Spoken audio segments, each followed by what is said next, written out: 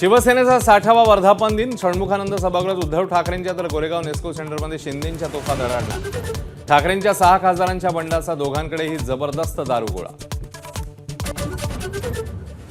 राज्यामध्ये मान्सून 24-25 जून पासून सक्रिय होणार। 25 ते 28 जूनच्या दरम्यान किनारपट्टीवर अतिवृष्टीचे ढग सक्रिय होण्याचा अंदाज। 22 जूनपर्यंत राज्याच्या अनेक भागात तुरळक पावसाची शक्यता। पाऊस कमालीचा लांबल्यामुळे राज्यात भीषण पाणी टंचाई। विदर्भ मराठवाड्यात स्थिती गंभीर। नद्या उपनद्या तलाव कोरडे। खरीपाच्या पेरण्याही रखडल्या। शेतकरी चिंतित।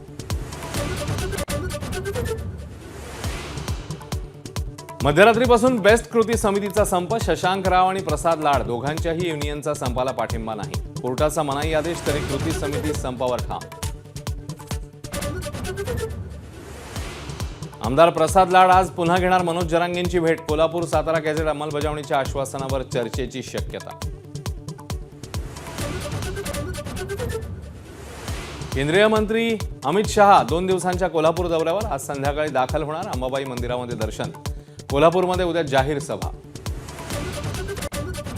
संयुक्त राष्ट्र मानवाधिकार परिषदेत भारताने जम्मू काश्मीरवरून बडबड करणाऱ्या पाकिस्तानला सुनावलं। पाकव्याप्त काश्मीरात पाकिस्तान करत असलेल्या गळचेपीवरून खडे बोल। फिफा वर्ल्ड कपमध्ये कॅनडाची कतारवर 6-0 ने मात। Jonathan डेव्हिडची hat trick. वर्ल्ड कपमध्ये कॅनडाचा पहिलाच विजय। एबीपी माझा, उघडा डोळे बघा नीट।